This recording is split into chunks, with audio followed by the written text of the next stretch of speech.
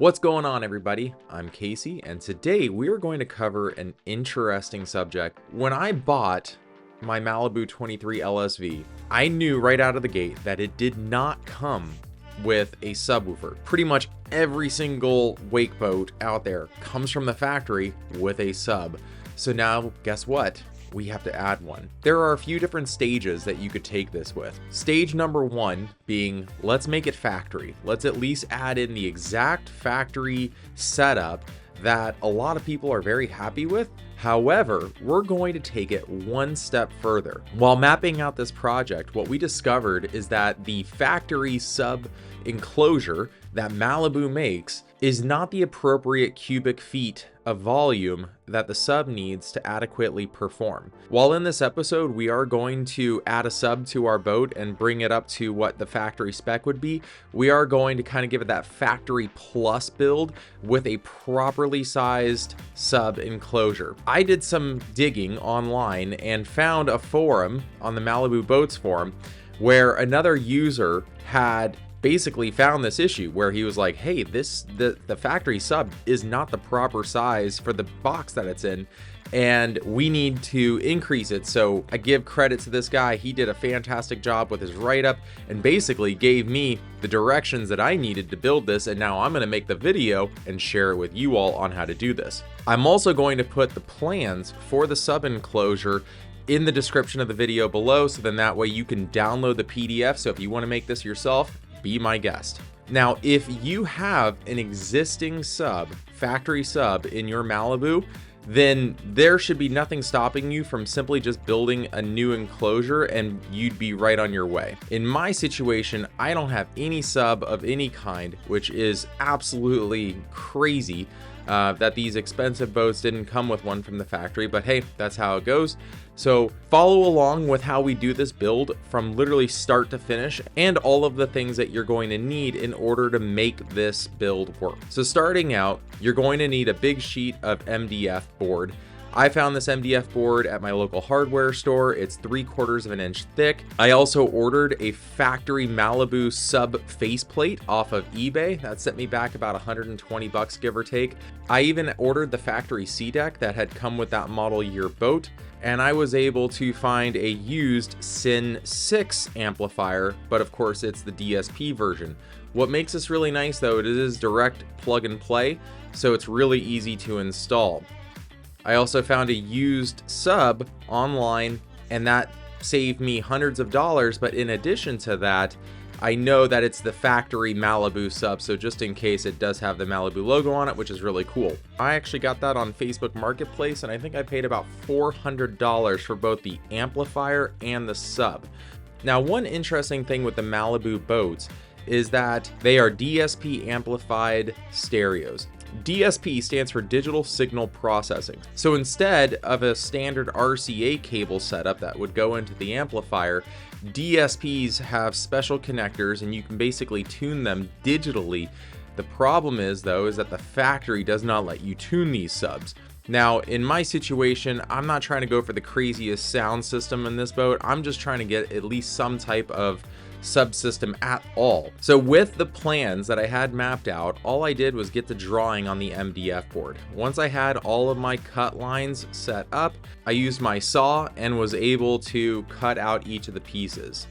Now from there came time to actually build the sub box. When I did this, it was kind of late at night and probably not the best lighting, so I unfortunately didn't get the chance to record everything, but pretty much this is a very straightforward process. Line up each of your respective pieces to where they were supposed to go. I used a brad nailer as well as wood glue. So I put wood glue in each of the joints and then used my brad nailer to secure each piece. Made it really nice and easy. Now, since you have the top of the sub enclosure open, what I also did was take liquid nail and I actually used that to caulk seam lines within the sub enclosure. The reason why you want to do that is you want an airtight seal, and it also adds structural integrity to the sub enclosure. Now, from an aesthetic standpoint, I probably should have used some type of table saw or something like that. Unfortunately, I didn't, so my cuts weren't 100%. So then I had to use some wood filler to kind of fill it in, make it look nice and flat. I would highly recommend that if you haven't already done so, use a table saw or straight edge to make sure that your cuts are perfect, and then that way this sub enclosure goes together really easy. I then traced the outside diameter of the Wet Sound sub on the front face of the sub enclosure, and then I was able to measure how much I had to go in, so that way I counted for the depth of the sub itself, but also enough lip to make sure that the holes that I would be drilling in for the screws had enough bite. I then used a jigsaw with a standard wood blade, and that was able to make my cut for the sub, and the sub fit easily in there, and I had plenty of room to be able to properly secure it, so that was perfect. I also cut a hole on the backside of the sub enclosure, and that is for the speaker connector on the backside, so that way we'd be able to connect to the wires coming from the amplifier.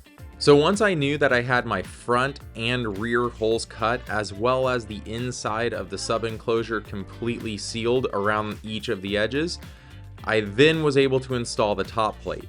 Now you have a few different options here. I would still recommend using liquid nail or wood glue, and then I use my brad nailer to fasten it to the top side.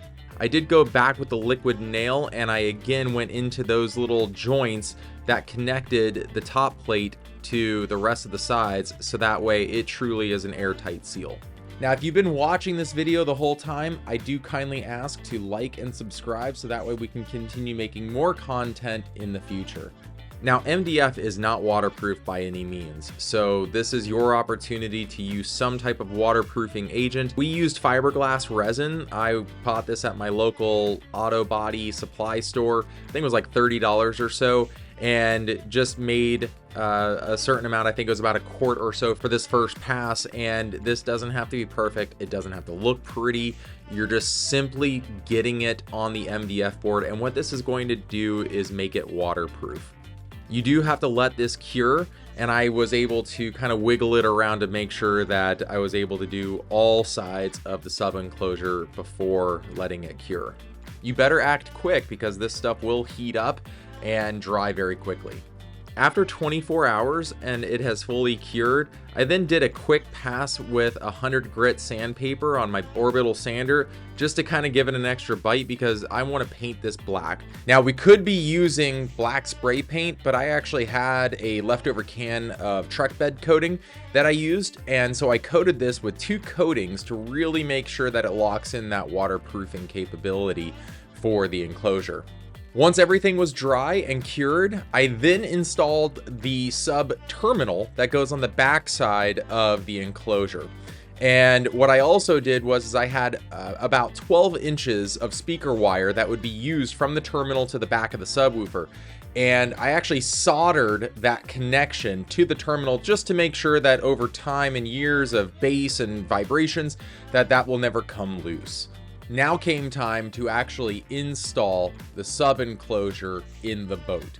In order to do that, in my particular situation, I had to cut into the driver helm, and that, as you can imagine, is a very nerve-wracking experience, but hey, you got to do it. Now came time to actually drill into the gel coat under the driver helm. So this is definitely one of those things where you're going to want to measure 20 times before making the actual initial cut. Using the sub enclosure faceplate as my guide, I was able to determine where exactly each screw hole will be, and then I measured roughly 1/2 inch inward to make sure that I knew exactly where my enclosure hole would be. From there, I drilled a pilot hole. I started my drill bit in reverse just to make sure that I didn't cut up any additional gel coat or crack it. That gave me what I needed to be able to fit my jigsaw blade into the gel coat and fiberglass and begin my cutting. Now, before you do that, I highly recommend taping everything on the outer perimeter of your cut line, so then that way you don't potentially scratch your gel coat from the base of your jigsaw. Using a fine tooth metal blade, I was able to really just take my time and work the jigsaw.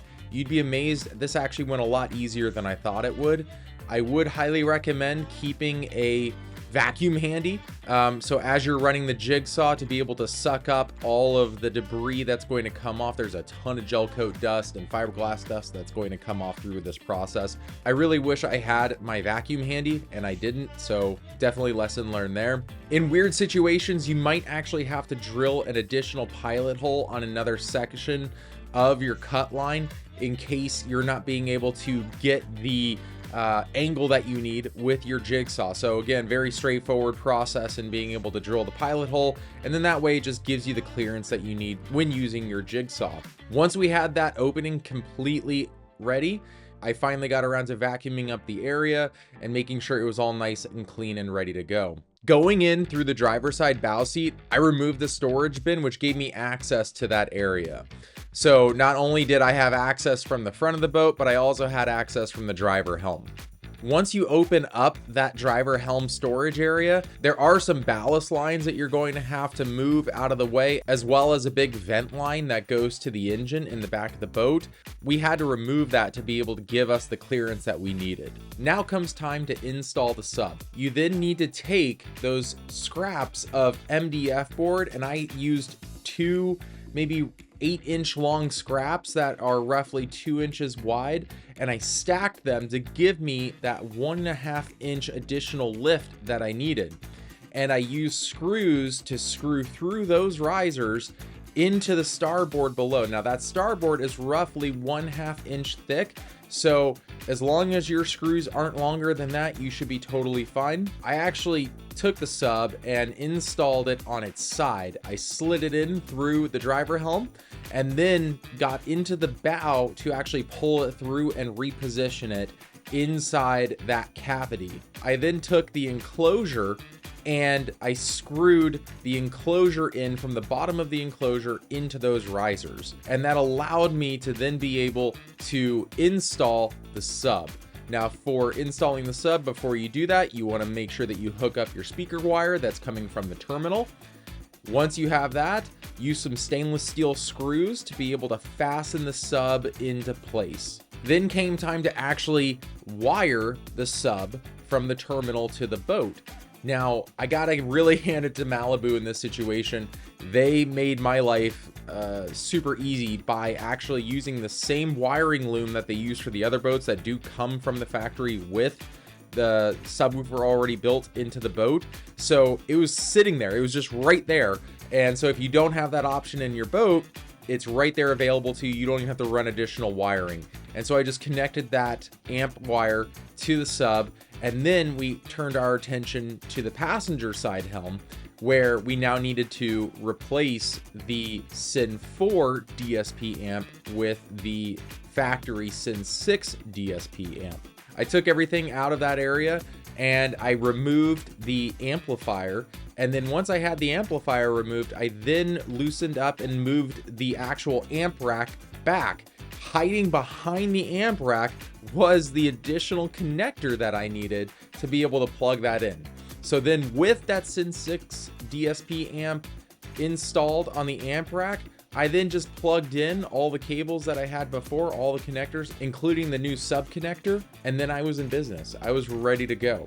Now, before we got the system finalized, the only thing that we had to do was also install the faceplate for the sub enclosure. Before we installed the base plate for the sub enclosure, what we also did was, just to add a little bit of extra spice to the install, I had a 12-inch LED strip that I put on the faceplate, and then I actually tapped into the LED light that is over the speaker on the driver's side helm. So then that way, if I ever hit the cabin lights or the interior lights, the sub will light up and glow blue, which looks really awesome. So that was a really simple installation there, just tapping into that existing wire.